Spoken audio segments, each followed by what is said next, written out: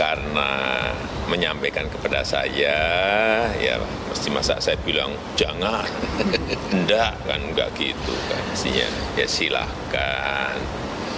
Ya, ini demokrasi kita kan memang harus disampaikan seperti itu, nggak mungkin presiden ada misalnya menteri yang ke saya untuk menyampaikan itu, kemudian saya bilang tidak. Nggak bisa. Kader Gerindra semuanya, kalau ingat Anies, ingat 2017 bagaimana kami semua berkorban, kami semua berjuang, kami semua mempertaruhkan semuanya turun di Jakarta untuk memenangkan Anies, tidur di RT-RT, itu di kampung-kampung di Jakarta, dan saya masih ingat sekitar 2.200 anggota DPR Kabupaten, Kota, Provinsi, DPR RI se-Indonesia kami turunkan di Jakarta untuk memenangkan Anies ketika itu. Jawa ini memang akan menjadi pertarungan yang seru antara Ganjar Pranowo dengan Prabowo Subianto. Ganjar sendiri menguasai Jawa Tengah dengan Jawa Timur dan Pak Prabowo masih menguasai Jawa Barat.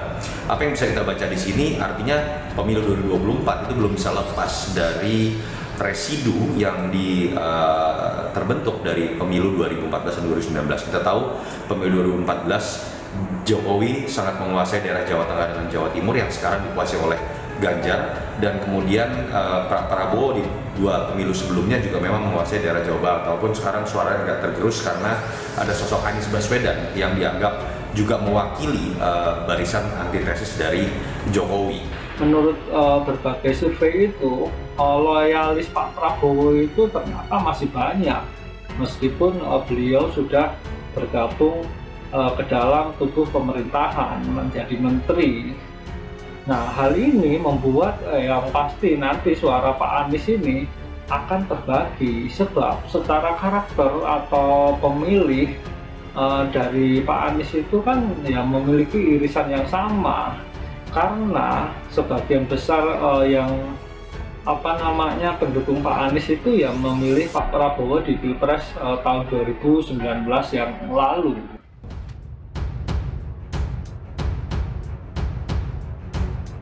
Jawa Barat jadi arena pertarungan Anies versus Prabowo di Pilpres 2024. Indekstat, Ganjar unggul di Jawa Tengah. Hasil survei Indekstat Research and Data Skins menempatkan elektabilitas Gubernur Jawa Tengah Ganjar Pranowo sebesar 35,5%, mengekor Ketua Umum Partai Gerindra Prabowo Subianto 28,2% dan mantan Gubernur DKI Jakarta Anies Baswedan 24,7%. Selanjutnya, ia memaparkan elektabilitas ketiganya di Pulau Jawa, yakni Anies 22,8%, Ganjar 42,8%, dan Prabowo 25,4%. Lebih detailnya, di DKI Jakarta, Banten, Anies 42,0%, Ganjar 25,0%, dan Prabowo 26,0%. Di Jawa Barat, Anies 34,4%, Ganjar 22,9%, dan Prabowo 37,1%. Kemudian di Jawa Tengah, Anies 7,1%, Ganjar 78,8%, dan Prabowo 11,2%. Terakhir di Jawa Timur, Anies 15,8%, Ganjar 40,5%, dan Prabowo 24,7%. Indekstat Research and Data Skins melakukan survei pada 10 hingga 19 Oktober 2022 dengan jumlah responden sebanyak 1.200 orang yang ditentukan secara proporsional dan proporsi imbang antara responden laki-laki dan perempuan. Metode wawancara dilakukan secara tatap muka oleh enumerator terlatih, adapun survei menggunakan metode multistage random sampling dengan margin of error sebesar kurang lebih 2,8%. Anies Baswedan dibantai mahasiswa saat safari politik di Sumut. Bakal calon presidennya diusung Partai Nasdem, Anies Baswedan bertemu dengan berdialog dengan sejumlah kalangan dari hari kedua safari politiknya di Sumatera Utara, Sabtu 5 November 2022. Salah satu kegiatan yang dihadiri Anies adalah menggelar diskusi dengan kalangan mahasiswa dan pelajar di Kota Medan. Ketua Koordinator Pemenangan Pemilu DPP Partai Nasdem, Prananda Suryapalo, yang memberikan kata pengantar dalam diskusi tersebut, mengatakan sosok Anies Baswedan banyak memberikan motivasi bagi kaum milenial dalam meraih cita-cita sebagai pemimpin. Karenanya, kata Prananda, ia meminta mahasiswa dan pelajar yang hadir tak segan mencecar Anies dalam forum diskusi dengan mahasiswa dan pelajar di Kota Medan yang bertemakan dibantai diskusi bareng dan santai berlangsung di PSP Center Kota Medan Sabtu 5 November 2022. Sementara itu, Anies Baswedan dalam paparannya mengungkapkan bahwa anak keunikan dari sosok anak muda dengan memiliki masa depan yang panjang, bukan panjang harinya tapi pandangnya. Anies mengungkapkan walaupun seseorang masih muda namun kerap membicarakan masa lalu bisa dianggap sudah tua, tapi sebaliknya bila ada orang tua yang terus berpikir masa depan bisa dianggap lebih muda. Mantan Gubernur DKI Jakarta mengakui dirinya sangat menjadi pelajar dan mahasiswa aktif di organisasi internal seperti OSIS dan BEM. Baginya, bila anak muda aktif dan sibuk dengan kegiatan, maka sosok anak muda tersebut kelak menjadi pemimpin. Anies mengajak mahasiswa dan pelajar yang hadir dalam diskusi itu untuk senantiasa aktif di dalam maupun di luar kelas. Karena sosok pemimpin masa depan itu dapat melakukan kegiatan seimbang antara di dalam kelas dan di luar kelas. Pada agenda sebelumnya, Anies Baswedan juga diajak menyapa ribuan relawannya di kantor sekretariat bersama relawan Anies Baswedan di Jalan Sunggal, Medan, Sumatera Utara.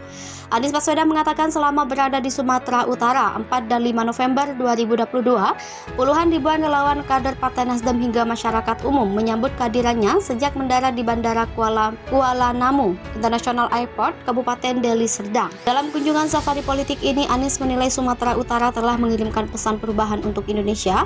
Pesan itu terlihat dari semangat dari puluhan ribu relawan yang setia menghadapi berbagai tantangan demi menyuarakan perubahan ke depan. Untuk meraih perubahan Indonesia lebih maju dan sejahtera, Anies mengajak seluruh relawan untuk tetap menjaga semangat dan satu persatuan untuk kemenangan di Pilpres tahun 2024. Tarungan Prabowo dan Anies Baswedan kian terbuka. Pengamat sebut pemilih di ranah Minang bakal terbagi dua. Ketua Umum Partai Gerindra Prabowo Subianto merupakan salah satu kandidat calon presiden potensial di Pilpres 2024 mendatang.